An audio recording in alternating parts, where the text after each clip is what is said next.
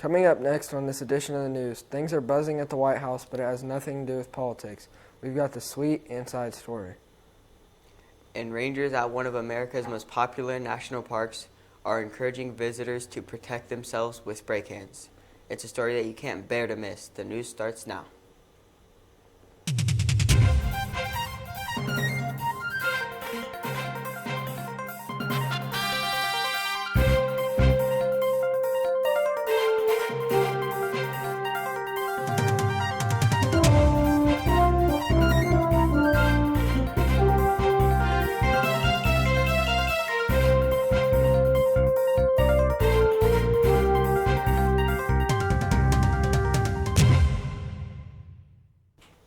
Hello everyone, I'm Parker Ray. And I'm Caden Troy. Here's what's happening. Charlie Brandt, a White House carpenter for more than 2 decades, started beekeeping as a hobby. Now he's the official beekeeper of the first ever beehive on White House grounds. You've heard of the first family, the first lady, well now it's time to meet the first hive.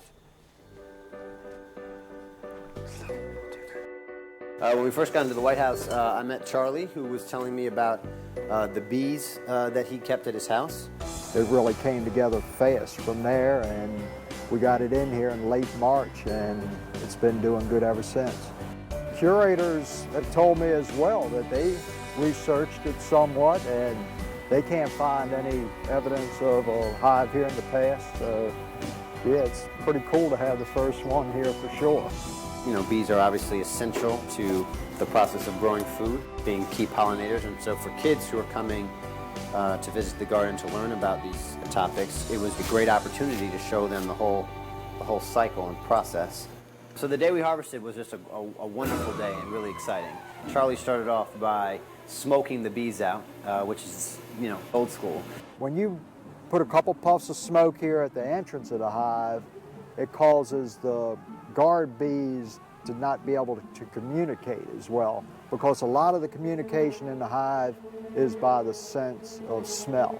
I mean, there's something a little disconcerting about, being surrounded by thousands and thousands of bees. There are probably at least 70,000 bees in this hive. He pulled out each tray of comb, and they blew off all the bees from each tray. You just blow them on out of there, and they fly on back up into the hive. The first harvest we did last year, we did it pretty early. We pulled out 12 capped frames. And then brought that into the White House, and when we got in here, just cut open the comb, just the very top layer. He puts it in this machine that, with a hand crank, you spin really fast. And uses centrifugal force to sling the honey out of the cells. So we went ahead, we extracted that way. And you end up having like a big old bucket of honey. We go ahead and let it settle for at least a week, I like to. Gets it nice and clear. Then, after that's been done, it's ready to put into bottles, containers, whatever size you want to do.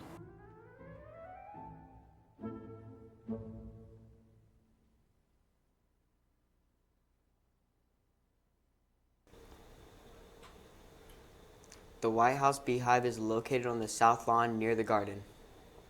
Everyone knows that bears are attracted to honey. Unfortunately, sometimes aggressive bears also become dangerously attracted to unprotected hikers.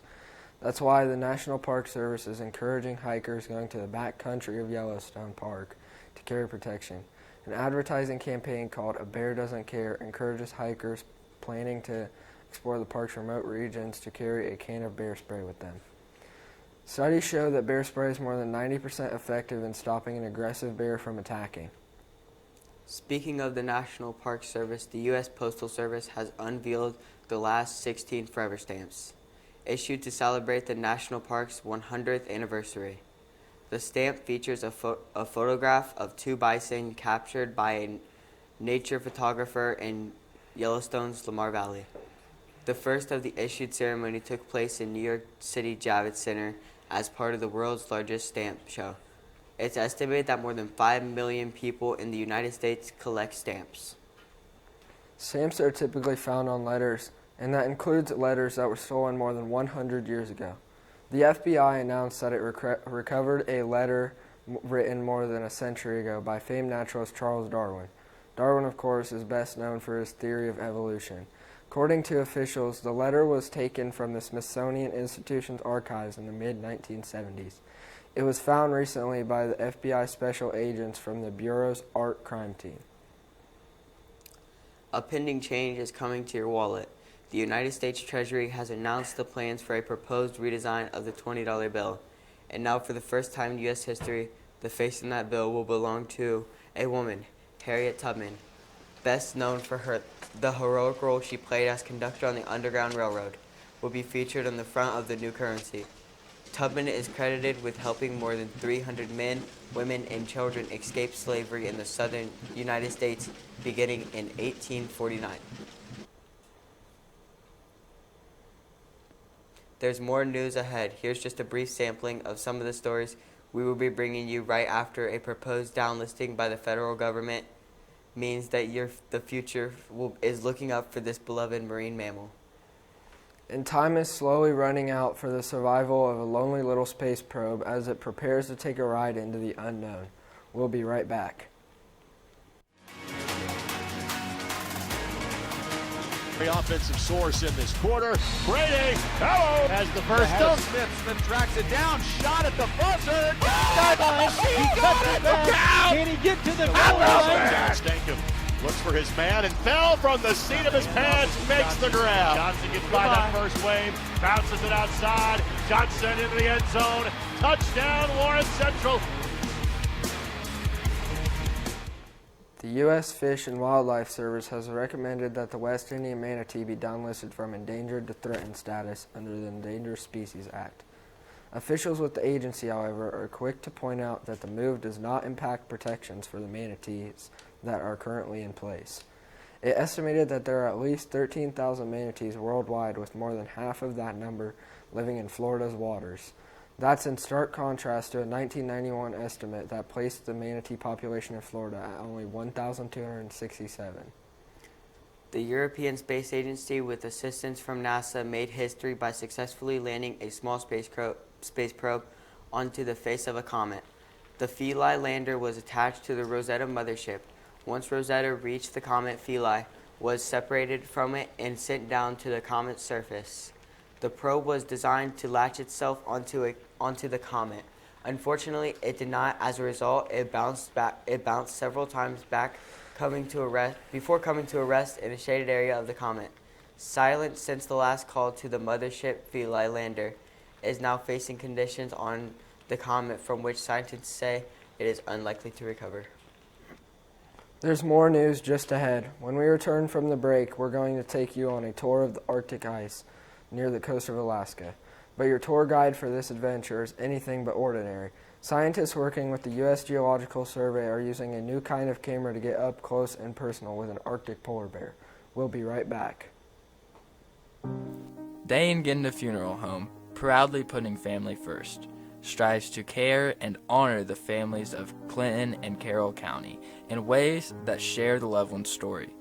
In our effort to serve your family at the highest of quality, we have added our own crematories, one for your loved one and another crematory for your furry family members.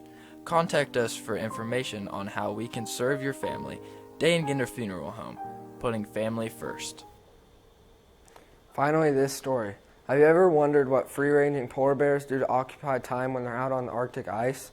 To learn the answer, scientists with the U.S. Geological Survey developed a special radio collar equipped with a video camera. The camera beams back images to researchers via satellite. It was put on a polar bear living near the Beaufort Sea in Alaska. The amazing video, the first ever from a wild polar bear, shows the animal interacting with another bear, playing with her food, and swimming under the sea ice. The video will be used by scientists to better understand polar bear behavior. And that's it for this edition of the news. From all of us here in the studio, we thank you for watching and hope that you'll tune in next time.